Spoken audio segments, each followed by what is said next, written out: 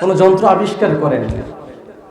এমন সময় আল্লাহ নেশাকে হারাম করে দিয়েছেন।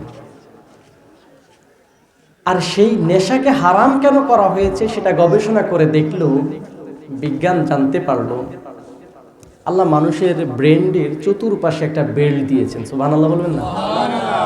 কি সুন্দর! এই ছোট্ট একটা মাথা, এর ভিতরে ব্রেন, এর ভিতরে একটা বেল্ট আছে। বিজ্ঞান বলে এই বেল্টটার নাম হচ্ছে ব্ল্যাকবেরি বেল্ট। কি বলছি?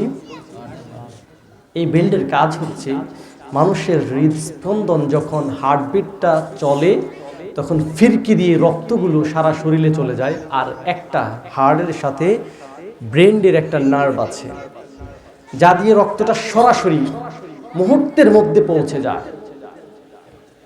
এটার স্পিড এত বেশি যে এই স্পিড দিয়ে মানুষের শরীর থেকে 12 ওয়াটের বাল্ব জ্বালানো সম্ভব। সুবহানাল্লাহ বলবেন না?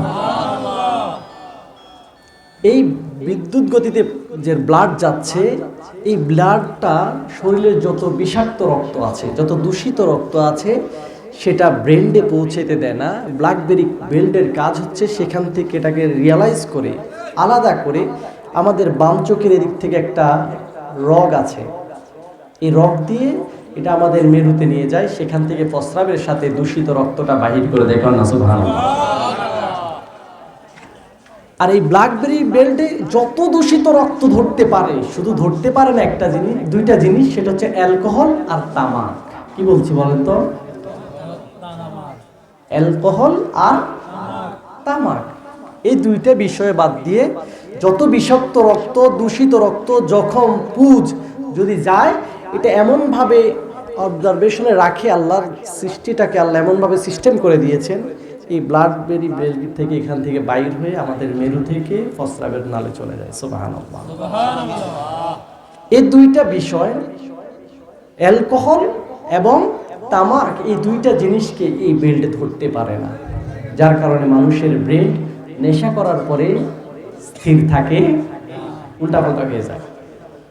দেখেন 1400 বছর আগে আল্লাহ বলেছেন হারাম করা হয়েছে তোমাদের জন্য,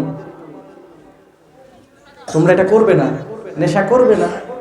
বিজ্ঞান প্রমাণ করলো 1500 বছর অতিক্রম হওয়ার পরে যে আল্লাহ যেটা বলছে এটা শরীরের জন্য উপকার। কন্যা সুবহানাল্লাহ। তো যারাই সময় পেয়েছে, যারাই কথা বলার সুযোগ পাচ্ছে, যদি কোরআন আর হাদিস দিয়ে মানুষকে না আহ্বান করে, একটা সময় এই ওয়াজ মাহফিলের মঞ্চগুলো বন্ধ হয়ে যাত্রাপালা আবার শুরু হয়ে যাবে। ঠিক কিনা? অর্থাৎ আমরা যারা কথা বলছি বা কথা বলে আসছে, তাদের উচিত কোরআন হাদিসের আলোকে কথা বলা। ইনশাআল্লাহ আমরা চেষ্টা করব। আল্লাহ তৌফিক দেয় সকলে, আমিন। আল্লাহ তাআলা কোরআনুল কারীমের সূরাতুস সফ নামে একটা সূরা নাযিল করেছেন।